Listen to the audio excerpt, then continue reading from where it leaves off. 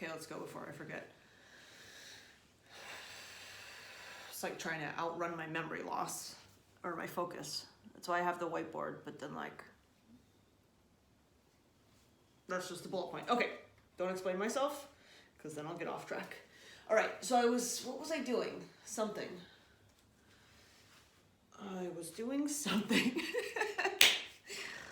And I was thinking about regrets and like, you know, this is what I often love to do. And I don't actually love to do it because it makes me feel like shit, but my pattern of doing is ruminating, right? So it's obsessively thinking about things that have happened and like things that I have done. And, you know, I assume everybody wants to change the things that they obsessively think about, because it's not like you go back and like, boy, I made such a good decision. Like, that's not rumination, is it? Can we have a good rumination? I don't know. If anybody knows, holla at me. Which I say that in like a lot of episodes, and none of you holler at me nothing. I need a fucking Monica Padman, a fact checker, an interactor.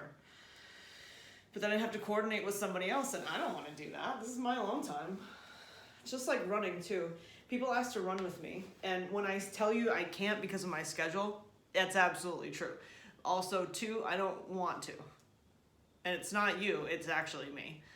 Because I do, here's the thing, like I love yoga, loved it so much that I made it my career and my passion and my purpose.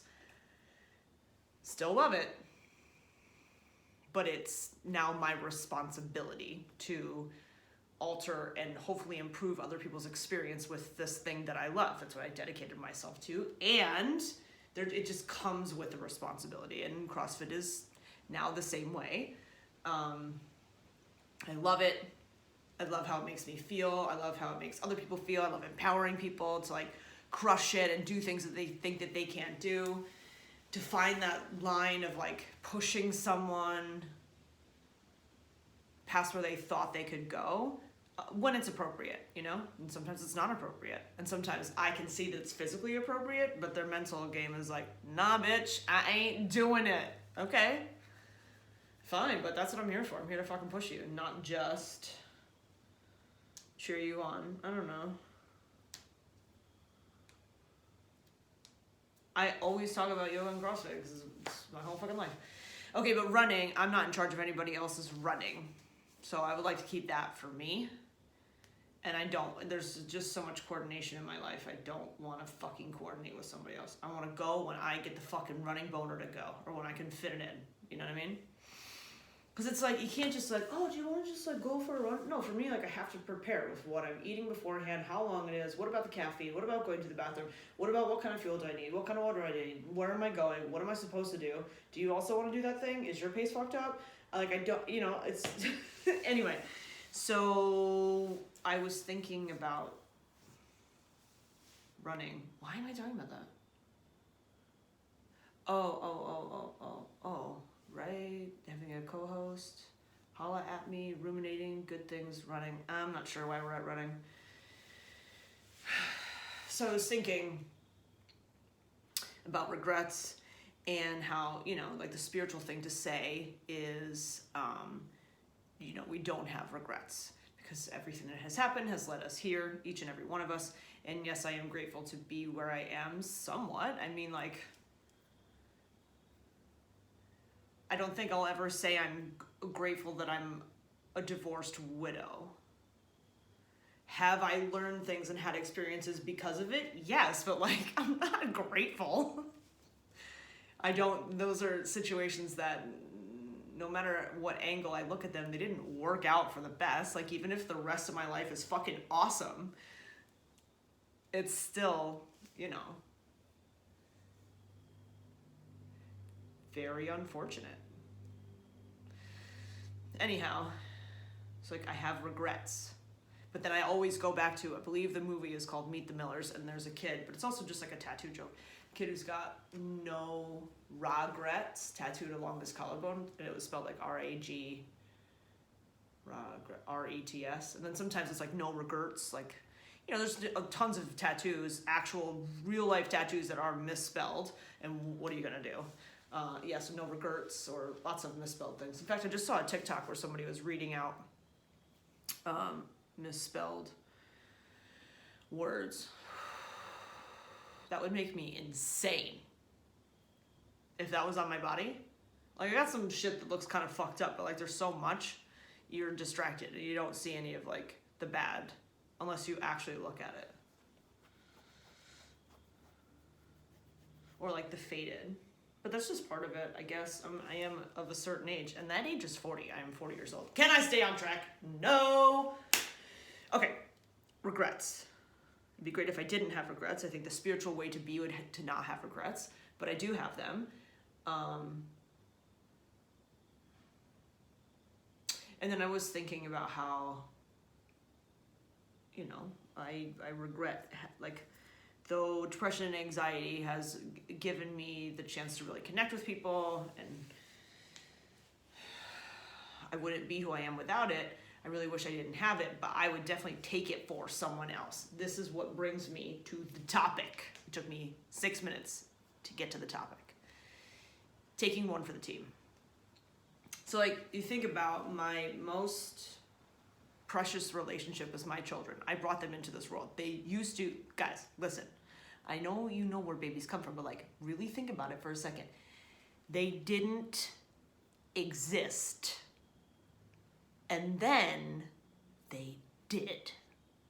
As little tiny things inside my body. And then they got bigger. And then they came out.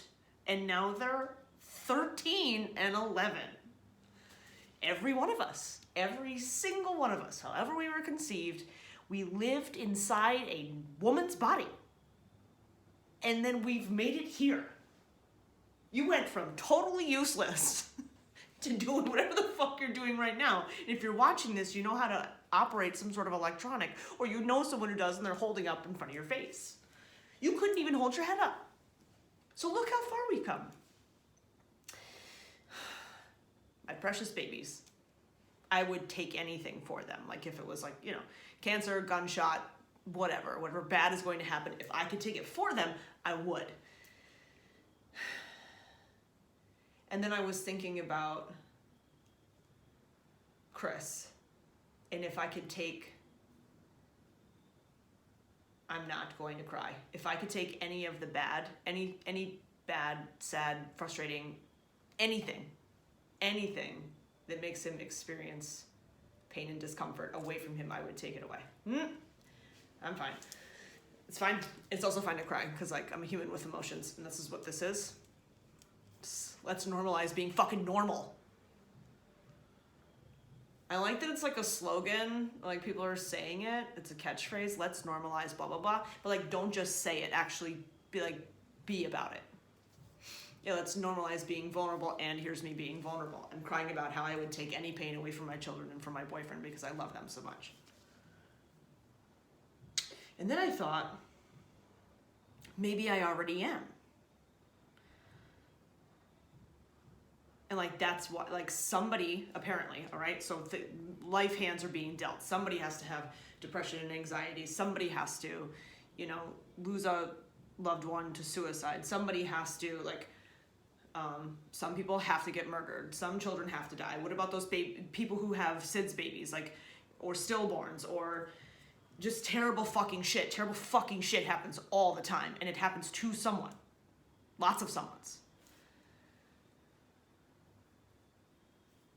So, but then there's people that don't have, really bad shit happen. But, it's all it's subjective, or on a spectrum of bad. Some people were in concentration camps. Come on. Apparently somebody had to do that. It wasn't my turn for that. It's my turn for this. The reason I think about this so much is that if I can figure out what the fuck my problem is, then it's like a gateway to acceptance. And if I just know what we're dealing with here and can understand it, then I can get on board rather than being in resistance and making everything harder on myself and for those around me, because I don't feel pleasant to be around when I'm not good. because I want to be, I'd like the experience with me to be neutral or good. Or else what's the fucking point? Take one for the team. Sometimes you gotta take one for the team. And we're all on a team, like even if you're not, even if you don't feel like you are, even if you're like single by yourself, don't have any family, don't have a loved one, don't have a pet. Oh my God, go get a fucking pet. But take care of it. You're still on its team, the human team, or the, I don't know, whatever specific things about you team. Like I'm on the, I guess I'm on the girl team. I'm a girl. I'm on the like parenthood team. I don't want to say I'm on the white people team, but like just, team of people born in the 80s. I'm on the team of people who went to Bethlehem High School. I'm on the team of people who coach at Chatter. Like we're on all these different teams, but I'm on the human team. I'm the species human, as are you. And so sometimes you just gotta take it for the team, Consider maybe you're taking whatever it is that's difficult for you right now or anytime.